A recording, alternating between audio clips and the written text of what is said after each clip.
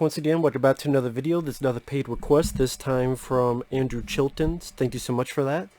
And for those interested in requesting pretty much any type of videos or topics or anything in between, commentaries, randomness, lists, rankings, whatever, feel free to send it either directly to my PayPal or join my Patreon. Both links are down below box. It could be for pretty much anything. But this is for the 1996, give or take? It's a film called Big Bully, which I had heard of. I had seen bits and pieces, but never saw all the way through.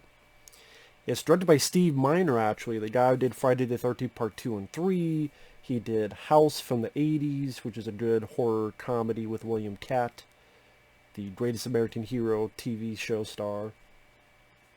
He also did Halloween H2O, Lake Placid, The First Day of the Dead remake.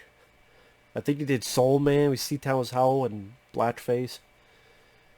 And at this time, he was trying to do more comedies to stray away from horror.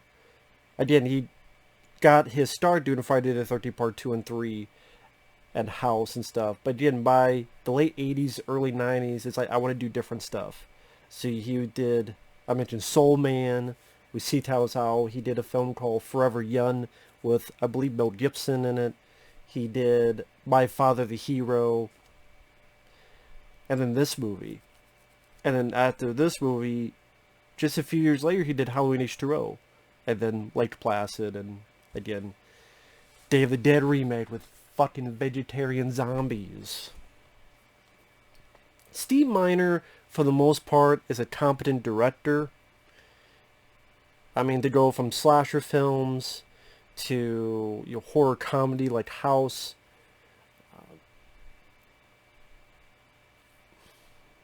Those are more his cup of tea still, in my opinion.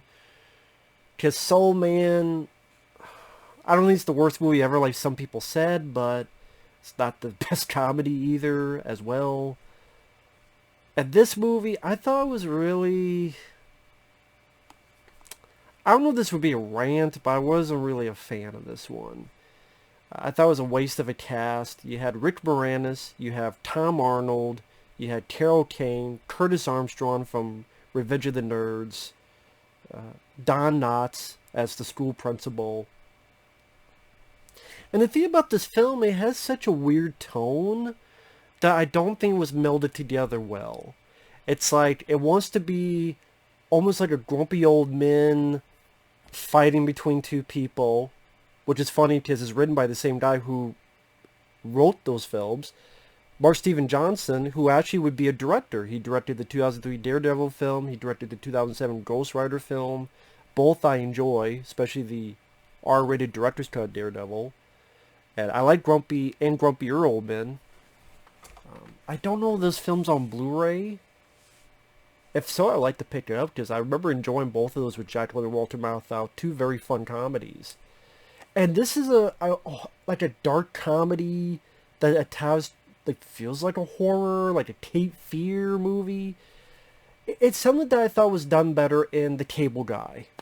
Funny enough, that came out around this year, where it's black comedy, humor, because I thought The Cable Guy was a funnier film, and I thought it was just handled better storyline-wise. Here, I like Rick Moranis. It's sad. This is kind of the last theatrical film he did. Because he only did a couple more films at all. One of them being Honey, We Shrunk Ourselves, which was direct-to-video. But you could almost say this is the film that killed Rick Moranis' career.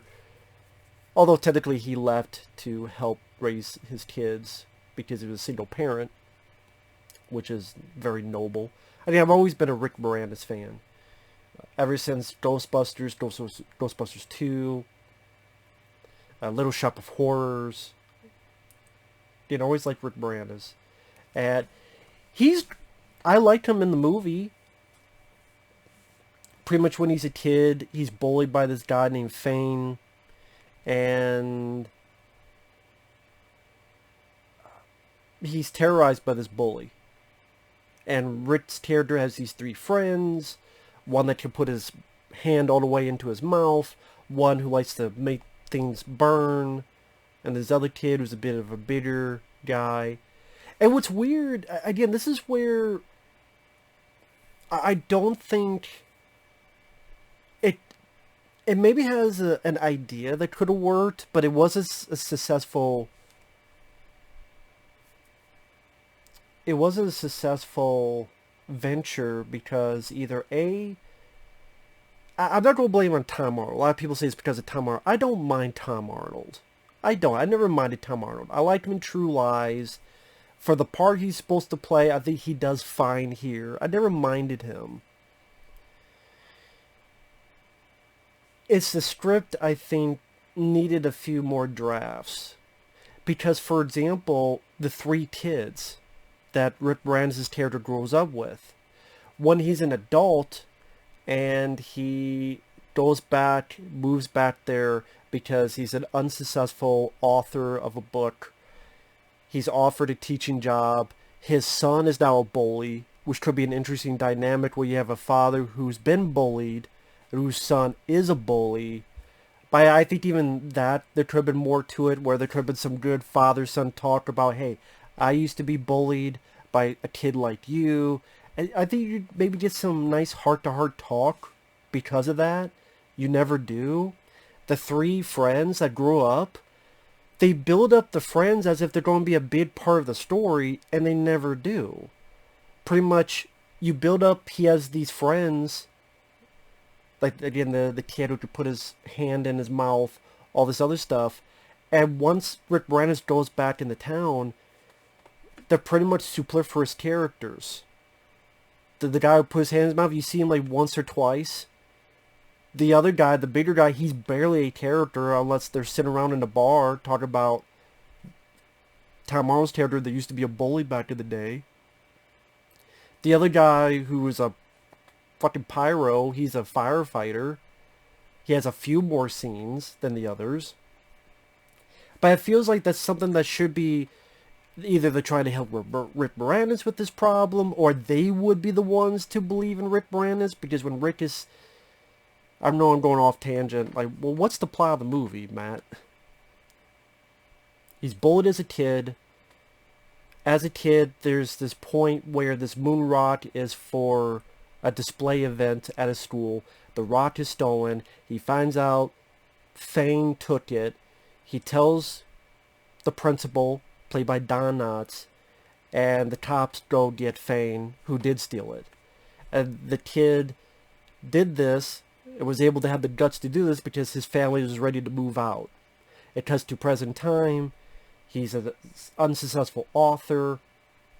And again, he gets a teaching job to go back in the town, which I'm like, why would you want to go back to the town that gave you so much bad memories? Like, you talk about how you still have nightmares of the 4th grade later on, but then why are you going back to the town that you had so many nightmares about? Because of this one bully. But he does it. Again, his son is a bully. I think there's a lot more he could have done with the father-son dynamic. I don't think they really...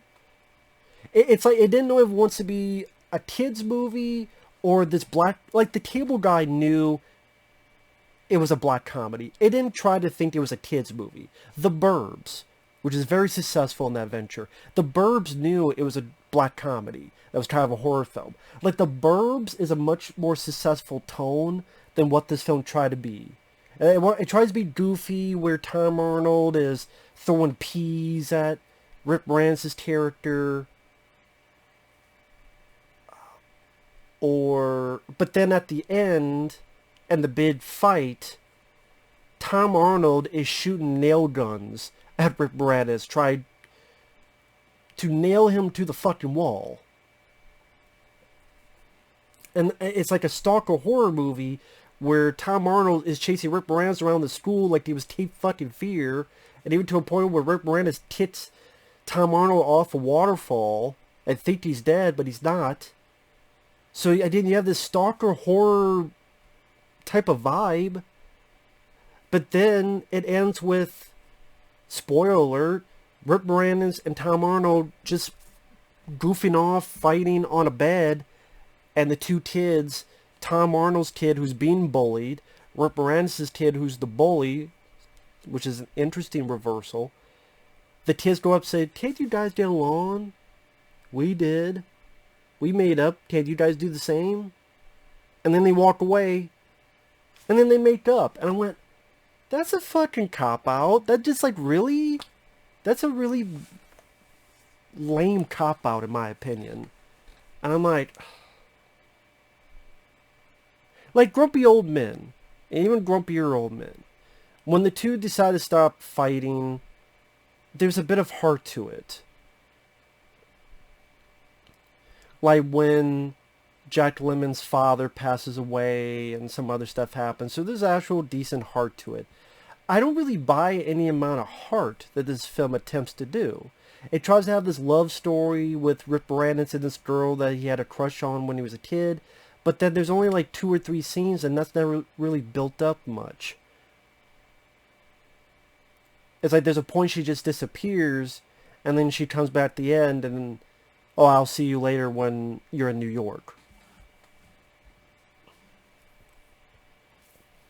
I mean, like the Rick Moranis' friends when they were kids, you think they'd be a bigger part, and they're not really.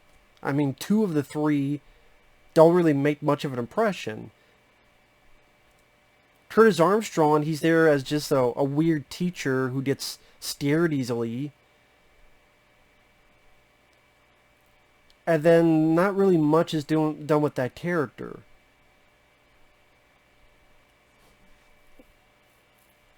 And again, I don't think it's Rick Moranis' fault. He has a couple fun moments, like when he's signing the book, and this guy who looks like he's 2 paps of a stoner, saying, "Oh, what's this book about, dude?" "Oh yeah, you want to know what this book's about?"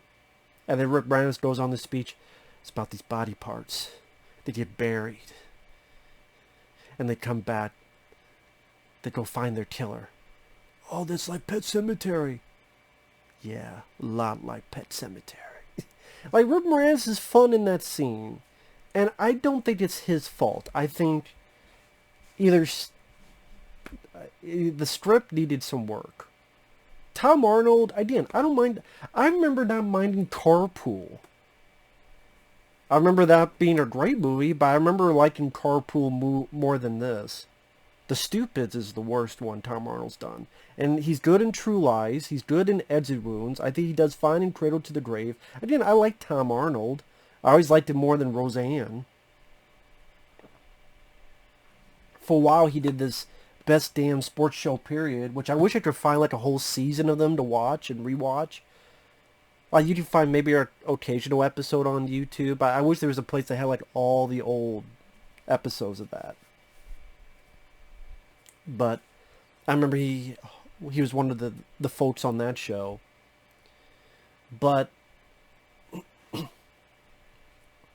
it's like they set up stuff and then they don't follow through. Like, they set up this running joke about, oh yeah, you have Green Eggs and Ham overdue for years, his library book. And I'm like, okay, maybe that could be a funny joke, but then really nothing's done with it. If it was like the librarian kept hounding him.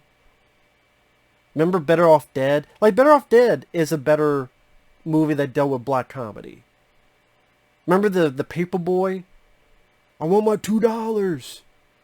I want my $2." And anywhere he looked, John Cusack, "I want my $2.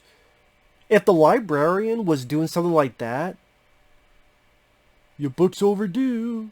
Your book's over..." Like, everywhere you look, it's like Rick Moranis opens the door as the librarian. "Your book's overdue. It's now this overdue.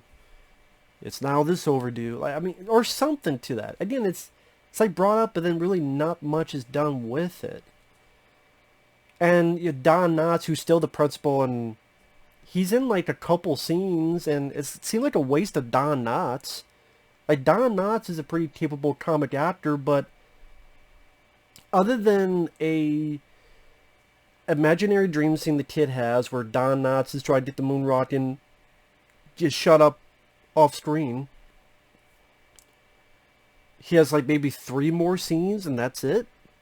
One in which he warns Rick Moranis, "People think you're acting a bit weird. If you don't shape up, we're gonna fire you." But I'm like, wouldn't other people know what's happening with Rick Moranis? I mean, this is around the time Tom Arnold, now that he He's a very shy guy, shop teacher, and now he's coming out of his shell again, asserting himself. He almost had a kid in a fucking saw blade at a grinder. Wouldn't those kids and other people who were watching Tom Arnold literally chase Rick Moranis around, and Rick Moranis' three buddies, wouldn't they be like, oh yeah, like maybe the three buddies try to help Rick Moranis doing reconnaissance on Tom Arnold, but they each kind of scared of the guy and intimidated by Tom Arnold. I think if there's other movies that did black comedy better, whether it be The Burbs or The Cable Guy or Better Off Dead, also with Curtis Armstrong. Be like, well, Better Off Dead's not really a black comedy. Well, that's a scene where John Cusack literally tries to hang himself and it's played for laughs. Because it screws up and the mom opens the door. Like, the way that's handled, like, it needed, like, a savage Steve Holland, or it needed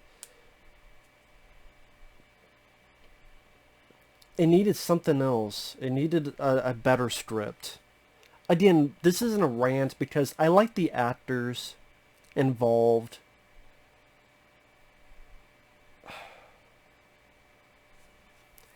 Granted, bullying is very different nowadays than it was back then, so I'm sure there's people that could give whole heaps of conversation about that. I'm not going to get into that. But I do think Tom Arnold was trying his best. And also, like, when he finds out who Rick Moranis is, he immediately goes back to being a bully. And, like, if it was one of those where maybe it's Rick Moranis paranoid, thinking. Remember The Burbs, like the initial idea of The Burbs? They become so paranoid, they think the Klopeks are psychos, but then there's that one moment where they think, oh my god, it's not them, it's us. But I like the way The Burbs ended, where it really was them. You could do something like the initial idea of The Burbs into this, where it's Rick Moranis being so paranoid about Tom Arnold, there's no way he changed this and that, and then, oh wait, I was wrong all along. Or you go the opposite end, where Tom Arnold's even more psycho. He is like the table. He's crazy, and he really is a villain.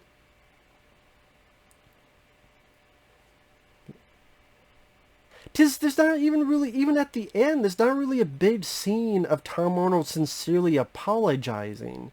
I mean, yeah, he gives back the Evel Knievel toy that Rick Moranis had as a kid, and then 10 seconds later when, hey, maybe I'll see you in New York, Tom Arnold just takes the family and moves the family to New York. I'm like, what is it, the great outdoors? Like when Dan Aykroyd took the family to follow John Candy?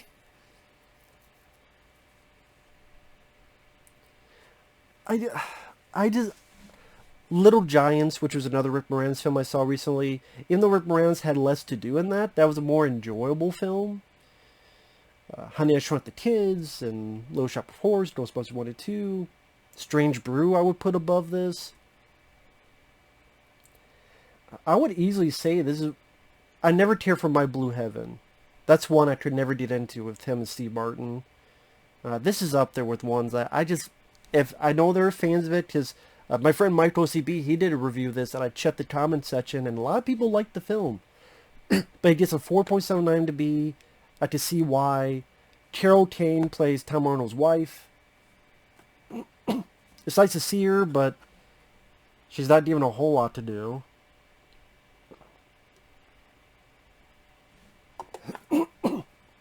And yeah, I just think the tone just did not mesh well. And I think that really affected the movie. And Rick Moranis' kid just came off as a dick. And he stopped bullying the kid because he finally realizes that his parents got divorced. And then becomes friends with the Tom Arnold's kid. The kid he was bullying.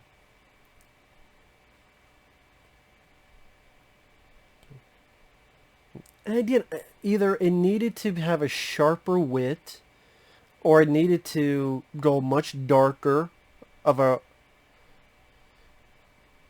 don't be a kid's...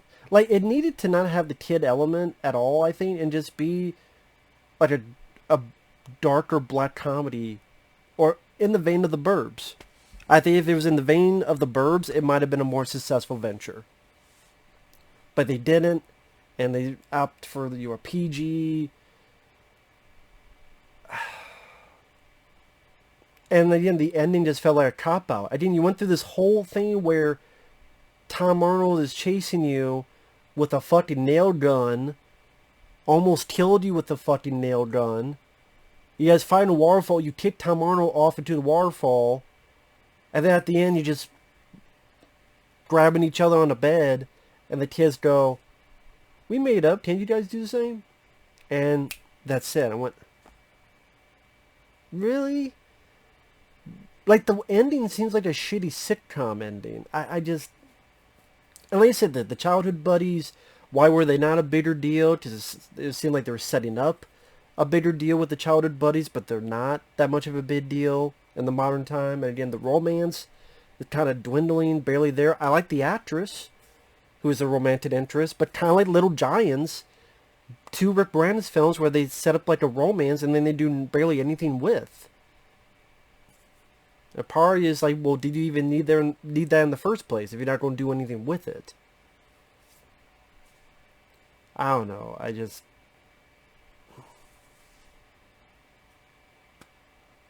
thought it was kind of a waste of the talent involved. I definitely think it's one of Steve Miner's lesser efforts. It's not his worst. That's Day of the Dead remake. But I mean, I would put Friday the 13th Part 2 and 3 and House and Halloween H2O and Lake Placid above this. What I remember Forever Young, I remember not minding it. I would put that above this. What was the movie? Soul Man. What I don't know. I don't know if I put that above this. I don't know. But yeah, if you love the film, good on you. To me, I thought it was a missed opportunity. I didn't pick which kind of movie you are. And I think that's what led to it being a flop. Again, this is the last theatrical film Rick Moranis was in. And that's a fucking shame. That's a fucking shame that it would end with this. It is not the last film he was in, last theatrical. I'm like, oh man, really? So with that said, thanks for watching. We'll see you guys later. Bye-bye.